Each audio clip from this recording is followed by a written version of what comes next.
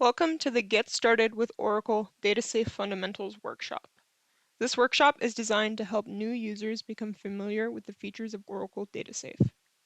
In this demo, you'll learn how to audit database activity, generate alerts, assess the security of your database and user configurations, and discover and mask sensitive data. Let's get started. Before we begin, let's go ahead and provision our Live Labs sandbox environment. In order to do so, all you need is an Oracle Cloud account. Navigating to our Get Started with Oracle DataSafe Fundamentals Live Labs page, you're going to click the green Start button. From there, you're going to select the green Run on Live Labs sandbox. You're going to ensure your time zone is correct, as well as Start Workshop Now is green. And then finally, you're going to consent to receive emails and submit your reservation. It'll come back and say reservation submitted with a green check mark. In the top left, it'll also show the workshop with the status pending creation. This page will automatically update as our workshop is provisioned, and additionally, you can check the status of your reservation in your email. Once your reservation has been created, click Launch Workshop. Here you'll see the workshop instructions. In the top right, the time remaining on your sandbox, as well as the ability to extend the time for the sandbox. And in the top left, the login info for your sandbox.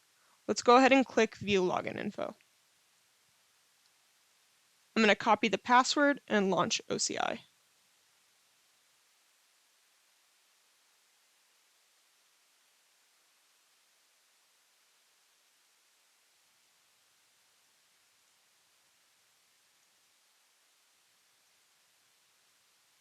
Before getting to the console, you'll need to change your user's password.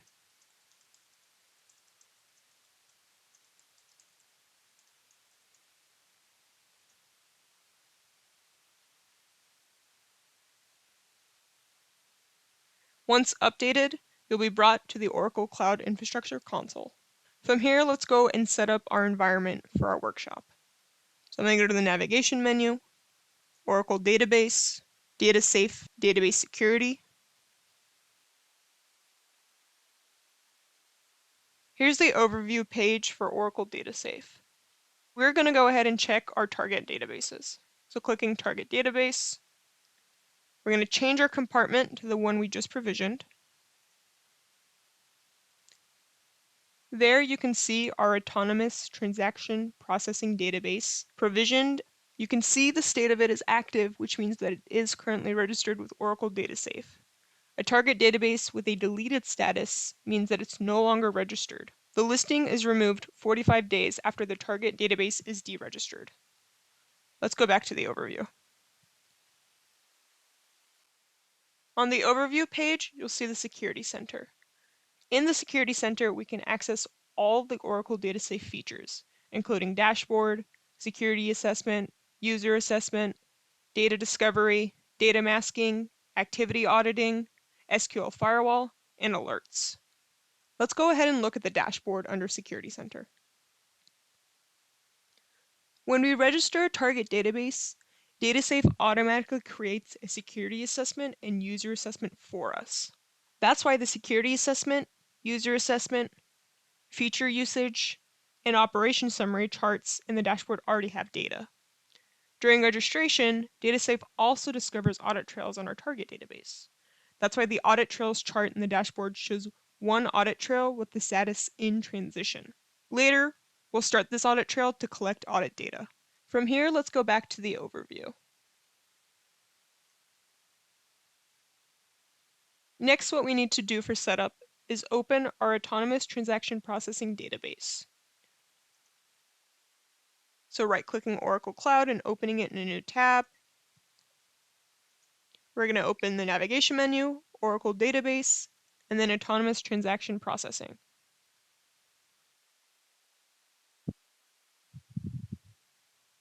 Clicking on our ATP database. Here you can see all the information involved in the autonomous database. What we specifically need is under Database Actions and SQL.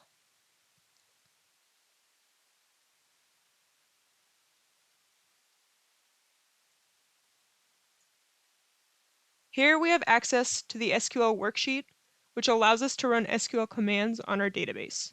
Let's go ahead and review the interface. On the left here, this is the navigator pane. We'll specifically select tables from the HCM1 schema on our database. On the top right is our worksheet. This is where we'll run the SQL commands and scripts. On the bottom right here is query result and script output tabs. This will allow us to review query results and output generated from running scripts. Now that we're familiar with our environment, let's switch back to our DataSafe tab. So we're going to start by reviewing the global settings for DataSafe. Each regional DataSafe service in a tenancy has global settings for paid usage, online retention period, and archive retention period. Global settings are applied to all target databases unless their audit profiles override them. By default, paid usage is enabled for all target databases. The online retention period is set to the maximum value of 12 months, and the archive retention period is set to the minimum value of 0 months. Let's go back and review the audit profile for our target database. It'll be under Security Center, Activity Auditing. Scrolling down to Related Resources, we're going to click Audit Profiles. So here you can see the default settings for paid usage, online retention period, and offline retention period. Clicking into our target database, the settings are inherited from the global settings for DataSafe, but we can modify them here as needed.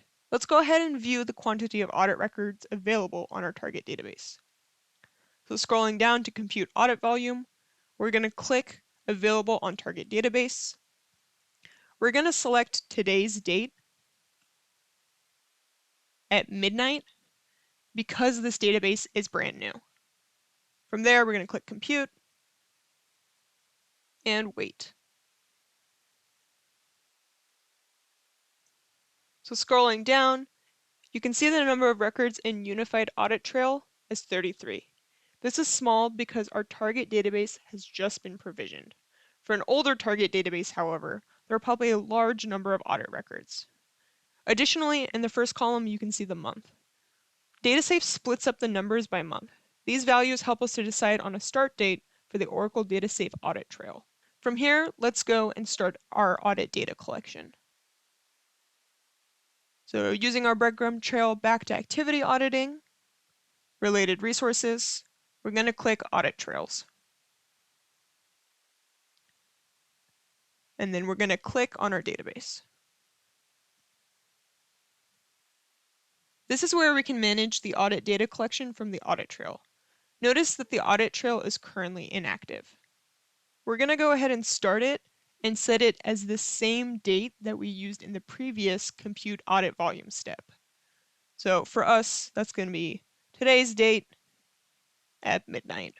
And then we're going to click Start. From here, we're going to wait for the collection state to change. It needs to go from collection to starting to collection again, and then to idle. Now that the collection state is in idle, let's go ahead and review the activity auditing dashboard. By default, the activity auditing dashboard shows us a summary of audit events for the last 1 week for all target databases in the form of charts and tables. The first chart, failed login activity, shows us the number of failed logins on our target database for the past 1 week. We may or may not have any failed logins depending on how far we've interacted using database actions so far. The second chart, admin activity, shows us the number of database schema changes, logins, audit setting changes, and entitlement changes on our target database for the last 1 week. The third chart, all activity, shows us the total count of audit events on our target database for the specified time period. Scrolling down, we also have our different tabs, starting with Event Summary. This includes the number of target databases that have an audit event in each event category and the total number of events per category. Switching to Target Summary. Here, audit events include the number of login failures, schema changes, entitlement changes, and more that you see on the screen. From here, let's go ahead and review and provision audit policies for our target database. So from here, we're going to go ahead and select Audit Policies. deselect that. Scrolling up, you can see that only additional policies category has policies enabled, which is indicated by a green circle with a check mark. These are the Oracle predefined policies that are enabled by default on the ATP database. Clicking on the name,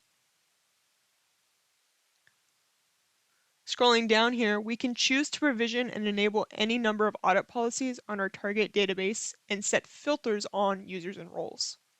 Here you can even see the custom audit policies provided with the sample data that we loaded into our target database. As shown, none of the policies are currently enabled.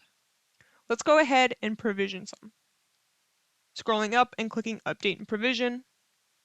What we want to do is exclude DataSafe user activity, include database schema changes, critical database activity, admin user activity, and app user not app server custom policy. The rest we'll leave as is, and then click Update and Provision. Once provisioned, it'll automatically close, and you can scroll down to verify the policies have been implemented. You can see that based off the green circles. We'll follow the breadcrumb trail back to activity auditing. This dashboard is automatically updated to include audit event statistics for our database. Scrolling down to event summary, here you can notice there are some schema changes. Let's go ahead and take a look at them. Here you can see the total number of targets, database users, client hosts, create, alter, and drop statements, and the total number of events, as well as at the bottom, each individual event. Clicking the down arrow at the end of any row in the event table allows us to expand the event and view more details about it. Scrolling down, here we can see the SQL that was issued. Additionally, we can even show or copy it. Let's go ahead and view the All Activity report. From here, we're going to click Audit Reports. We're going to scroll down and deselect Include Child Compartments, and then click All Activity. By default, the report is filtered to show audit events for the past 1 week for all target databases. Here you can view the totals in the report, and additionally, click an arrow in order to expand it and view further information for a specific incident. Let's move on to create a custom report. In order to do so, we're going to go ahead and filter this. So click Add Another Filter. We specifically want to set target equal to the name of our database, and then set another one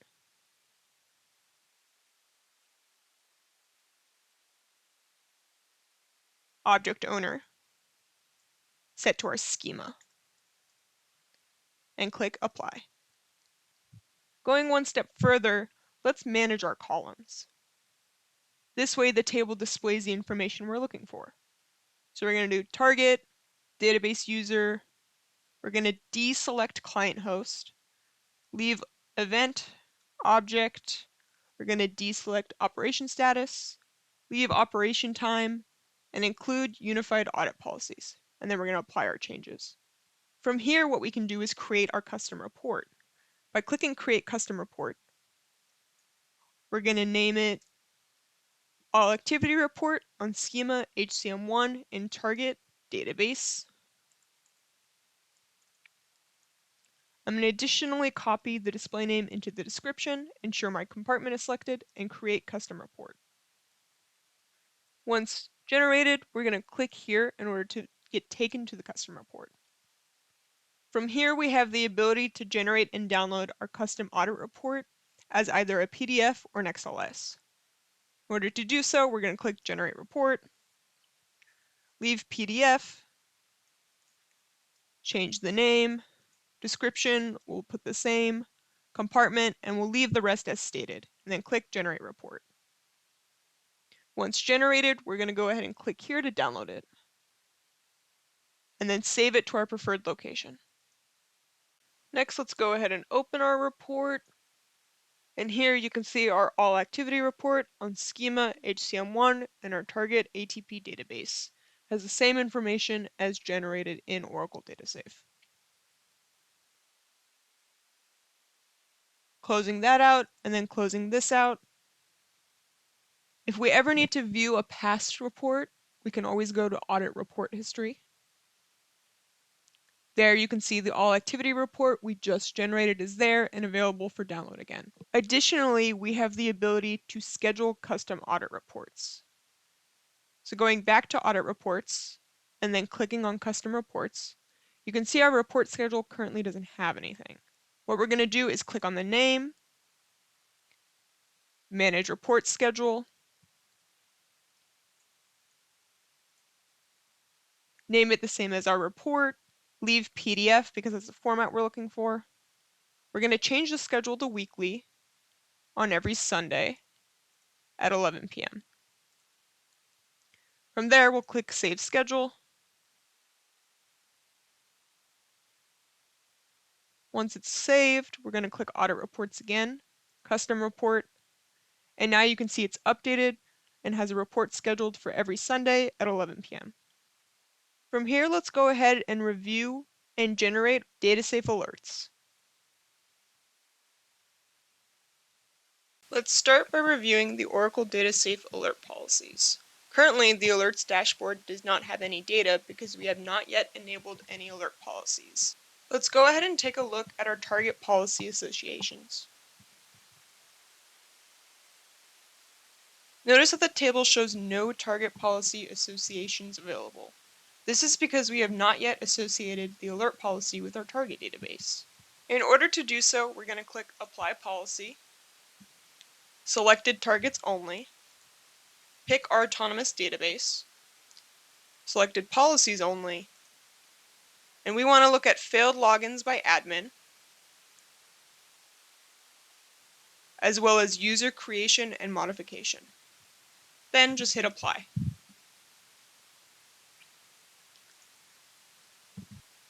Now we're just going to wait for the state to change to active for both target policy associations. From here, we're going to go and test the alert policies we've created. We're going to go to our SQL worksheet, and first we're going to sign out. From here, we're going to log back in as the admin role with an incorrect password. Now we're going to log in with the correct password.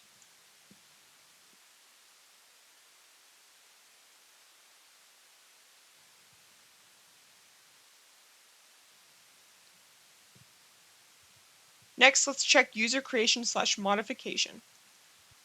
Using the script provided in the live labs, we're going to go ahead and run this. And then we want to verify that Malfoy was dropped and a grant was properly administered. Going back to our dashboard, alerts. Notice now that the dashboard has data. The alert summary chart shows that there are 3 alerts, 1 critical and 2 medium. The open alerts chart shows that there are 3 alerts on the current day. Scrolling down to the alert summary tab, this will show the number of critical, high, and medium alerts along with the target database counts. On target summary tab, this will show the number of open, critical, high, and medium alerts. Let's go ahead and look at the reports.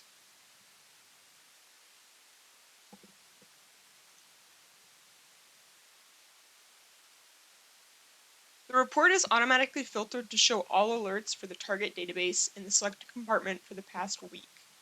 To manually create custom filters, we can use the SCIM query builder. Here you can view several totals, including the total number of target databases, total number of open and closed alerts, and the total number of critical, high, medium, and low alerts. At the bottom of the report, we can view the list of alerts. By default, the table shows the alert name, alert status, alert severity, target database on which the audited event occurred, and when the alert was created. Let's go ahead and filter this report down so we can only view the user creation and modification. I'm going to add a filter.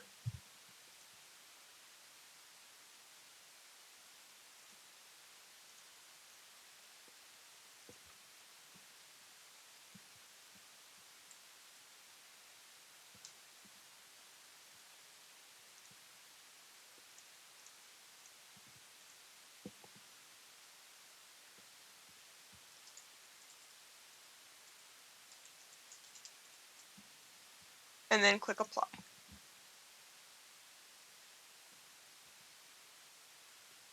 You can see the list of alerts has updated to only show us the user creation/modification alerts.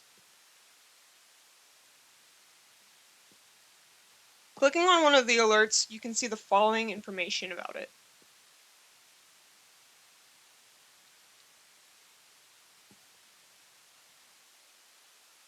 Similar to generating a custom audit report, we can also generate and download a custom alerts report.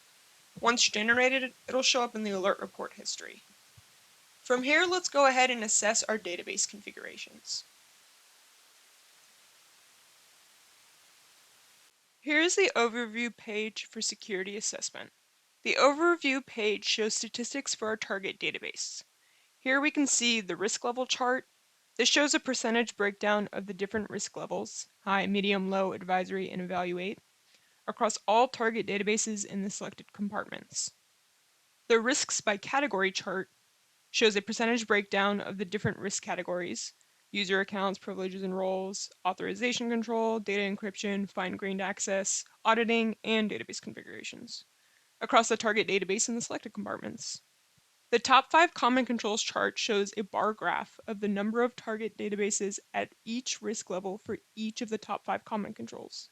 The top 5 common controls are the 5 security controls that Oracle considers the most important to the security of your target databases.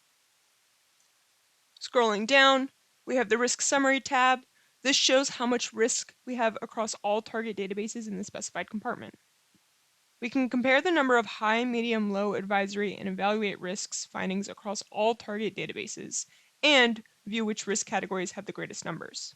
At the top there, you can see what the categories include. The Target Summary tab shows the security posture of each target database. Here we can view the number of high, medium, low, advisory, and evaluate risk findings for each target database. We can also view the latest assessment date and find out if the latest assessment deviates from a baseline if we've set one. We can access the latest assessment report for each target database. Let's go ahead and view the latest security assessment for our target database. Here, the latest security assessment for our target database is displayed. Notice that the latest assessment for target database is displayed at the top of the page. Here we can review the top 5 common controls that Oracle considers to be the most important to the security of our target databases. Scrolling down, this table compares the number of findings for each category in the report and counts the number of findings per risk level. These values help to identify areas that need attention. To view details about the security assessment itself, we'll click on the Assessment Information tab. Details include assessment name, OSID, compartment which the assessment was saved, target database version, assessment date, schedule, name of the baseline if we've set one, and whether the assessment complies with that baseline. Let's go ahead and change the name of this assessment.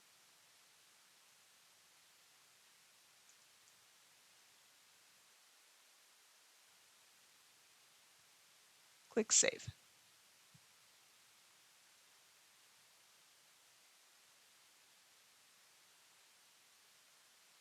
Scrolling down to Assessment Details, this section shows all the findings for each risk category. Risks are color-coded to help easily identify categories that have high-risk findings. Under Filters by Risks on the left, notice that we can select the risk levels that we want displayed. Also notice on the left that we can filter by references. We can expand any of these categories and review each of the findings. Each finding shows the status, a summary of the finding, details about the finding, remarks to help mitigate the risk, and references. Whether a finding is recommended by the Center for Internet Security, European Union's General Data Protection Regulation, Security Technical Implementation Guide, or Oracle Best Practices. These references make it easy to identify the recommended security controls. We even have the ability to defer or change the risk level of a risk finding. We're going to do this on the sample schemas risk finding. So clicking on the pencil, we're going to leave defer selected. You're able to provide a justification and expiration date, but we're not going to, and then I'm going to hit save. If you do set an expiration date, upon expiry, the next assessment resumes evaluating the finding and displays it as found. With no expiration date, the risk finding is deferred indefinitely. Now that it's updated, notice that the risk is now recategorized. Let's go ahead and set the latest assessment as our baseline assessment.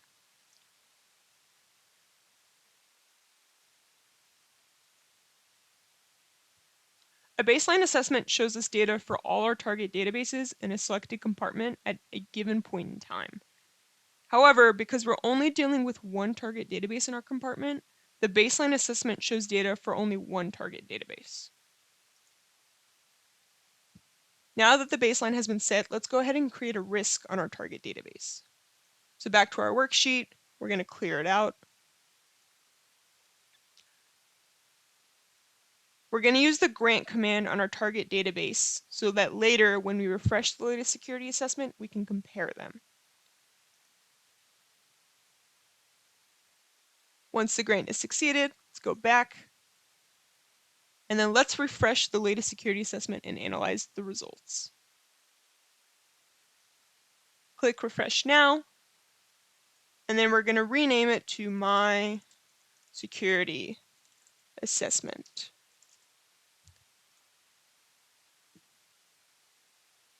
And we're just going to wait for it to update. Notice that the assessment date and time is right now, and that the complies with baseline is equal to no.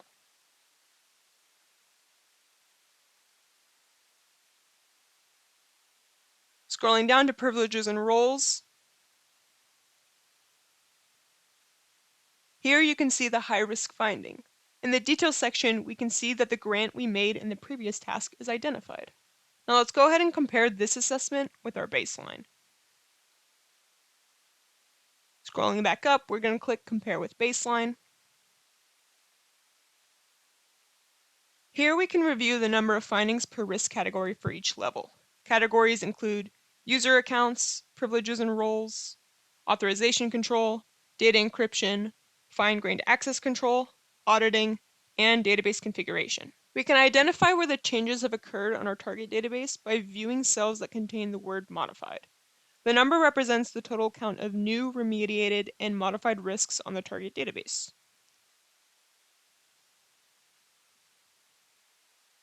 Scrolling down, here you can see the details table. Here we can view the risk level for each finding, the category to which the finding belongs, the finding name, and a description of what was changed on the target database. The comparison reports column is important because it explains what has changed, added, or removed from the target database since the baseline report was generated. Notice that the change made is noted in the comparison report column. From here, let's go ahead and assess our database users.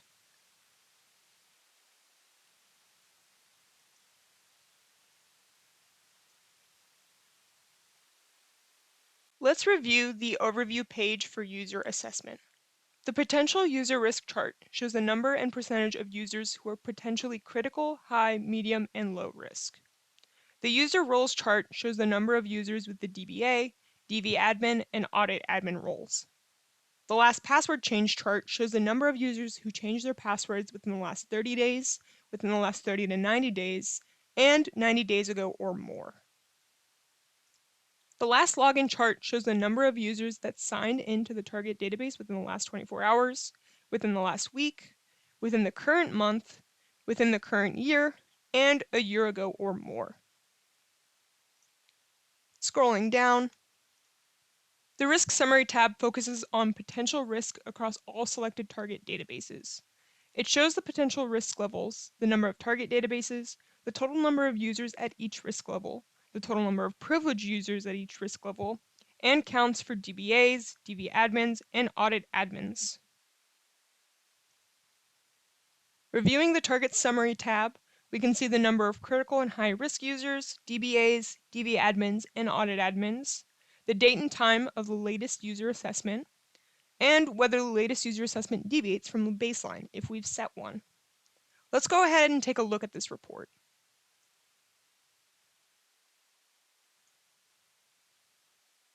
Again, here at the overview, we have potential user risk, user roles, last password change, and last login. with the addition of the top 5 users by schema access. Under assessment information, we can see the name, the OSID, the compartment, the assessed time, the schedule, the target information, and the baseline information. Scrolling down here, we can see each of the user details. Let's go ahead and click on a critical user, Evil Rich. So clicking on this user shows target database name, username, user profile, the user type, status, potential risk, last login date and time when the user was created, date and time when the password was last changed, privilege roles, all the roles that are granted to the user, and all the privileges that are granted to the user. Let's go ahead and change users and entitlements on this database. So going to our SQL worksheet, we're going to clear it,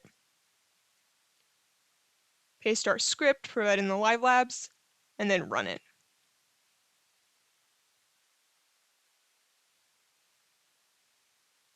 Once it's run, let's verify that Evil Rich has been dropped, Joe Smith has been created, and Joe Smith has been granted PDB DBA access. From there, let's return to our DataSafe user assessment. Scrolling back up, we can click Refresh Now. And we'll do My User Assessment and Refresh Now. Once it's succeeded, let's go ahead and compare these assessments. So clicking on Compare Assessments, we're going to select the bottom assessment to compare with, which is the initial assessment before we refreshed. And we're just going to wait for the comparison. Once the comparison is completed, we're going to go ahead and scroll down. By comparing our latest user assessment, this allows us not to need to set a baseline. This option is only available when viewing the latest user assessment. Note that we could have set a baseline and compared the latest assessment to it. Let's go ahead and scroll down and look for Evil Rich. You can see here, Evil Rich has been dropped, and we can see our new user, Joe Smith. By clicking Open Details, we can see all of the current user details and grants that have been provisioned.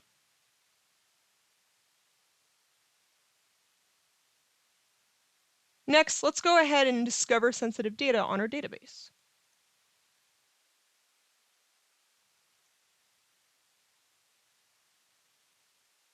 We're going to discover sensitive data in our database by using Data Discovery. On the Data Discovery tab, go ahead and click Discover Sensitive Data, and we're going to rename this to SDM1. The description will be Sensitive Data Model 1, and then our target is our database. Here we'll hit Next, and then scroll down to HCM1. Hit Next again. We're going to pick all the sensitive types, hit Next one more time, and then collect, display, and store sample data, and create.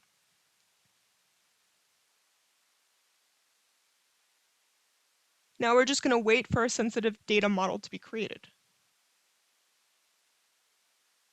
Now let's review the information about our sensitive data model.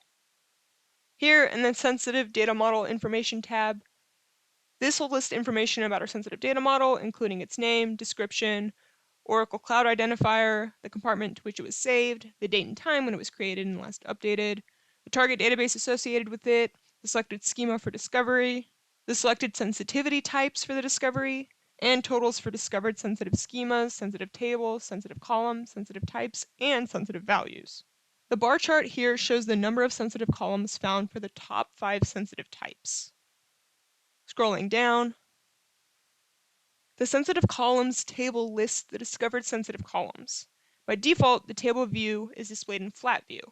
For each sensitive column, you can view its schema name, table name, column name, sensitive type, parent column, data type, estimated row count, sampled data if we choose to retrieve sampled data, and audit records. From here, we're going to go ahead and perform an incremental discovery. So under Resources, we'll do Latest Incremental Discovery, and then Run Discovery Now. We're going to adjust the scope and hit Submit. We're going to leave the Provide Basic Information as is and hit Next. Schemas, again, we'll hit Next. For sensitive types, we're going to scroll down. and we're going to do biographic and employment information. From there, we'll hit next, and then again, we're going to collect, display, and store sample, and then run. Now we're just going to wait for the discovery to complete successfully. Once completed, we'll need to approve and reject the discoveries. So I'm going to click all incremental discoveries, approve, approve again, wait for it to approve, and then from here, we're going to apply to our SDM and submit.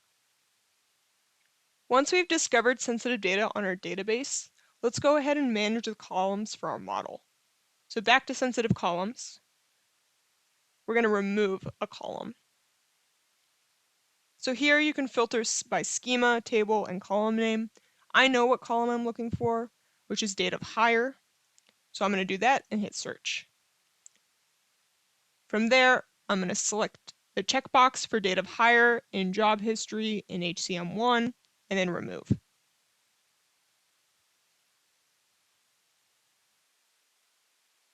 We're just going to wait for that to remove. Additionally, let's go ahead and add a column to our sensitive data model. So click Add Columns. We're going to do our HCM schema, locations, country abbreviation, and search. So here you can see it's pulled up, and then we want to select the sensitivity type.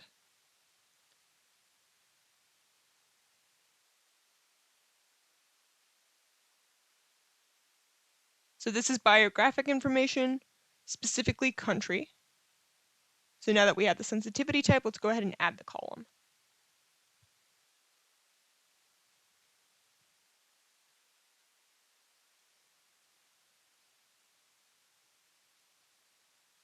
Once added, we can verify here and see that the sensitivity type is set as country. For our final lab, we'll be using data masking to mask this sensitive data so it's safe for non-production purposes. Scrolling up, going to data safe, and then going to data masking. In order to use data masking on our target database, we'll need to grant ourselves the role. So back to our SQL worksheet, I'm going to clear it, paste the execute, and run it. It's come back and said the procedure is successfully completed. So let's additionally view the sensitive data in our database before we mask it. So scrolling down to HCM1 for our schema in the navigator panel, I'm going to clear the sheet and drag employees as a select. Let's go ahead and apply and then run the script. So here's our employees table before masking. We can see it's not very secure, including first name, last name, email, phone numbers, and more. So let's go ahead and return to our DataSafe browser. And from here, we're going to go to masking policies. Now let's go ahead and create a masking policy for our database. I'm going to click Create Masking Policy. We're going to call it Mask SDM1. Description, we're going to put Masking Policy for Sensitive Data Model 1. We're going to leave using a sensitive data model, and then we're going to select our data model, and then create our masking policy. There are a number of notifications that say, do not close this panel while the operation is in progress, so we're just going to sit and wait here. Once it's done, we're going to go ahead and close it, and it'll automatically take us to our created policy where you can see the information. Scrolling down to masking columns, here you can see the masking column table lists all the masking columns and their masking formats. If needed, we can select different masking formats for any masking column, which we're going to do here in the next couple of steps. So I'm going to sort this for ease of use. We're going to begin by editing salary. So for salary, we're going to do fixed number. I'm going to change it to 50,000. Continue, and then save. And then wait for it to update the format. Next, we want to update our location information as a group. So on street address, I'm going to type group masking. From here, I'm going to name it address The masking format will be shuffle, and then we're going to go ahead and add our other location columns. So we already have street address. We'll do postal code,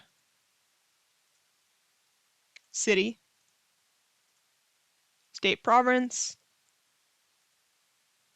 and the country abbreviation, which we added previously in the Discover Sensitive Data lab. So we're going to hit continue, and then hit save. Once the format has been updated, we're going to scroll to the top and click Mask Target, select our database, and then do the pre-masking check.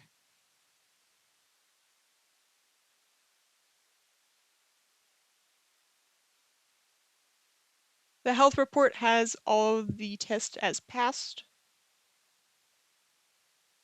So we're going to go back to our work request. Now that it says succeeded, we're going to mask SDM1. Now we're going to go ahead and mask our target.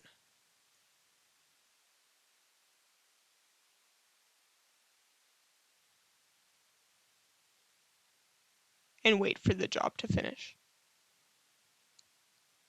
Now that the job has succeeded, we're going to go back to our worksheet and we're going to rerun this select script.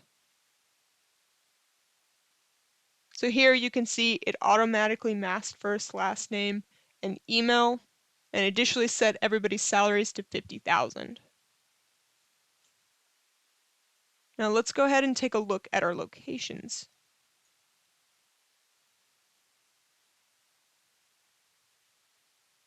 So running this script. So here you can see the street address is completely shuffled, as well as the postal code, the city, the state or province, and you can check country abbreviation to country ID because country ID is original. So you can see here for employee ID 1300, we have them in the US, when in actuality they're based in Japan. So with that, that concludes our DataSafe hands-on workshop. Thank you so much for joining me.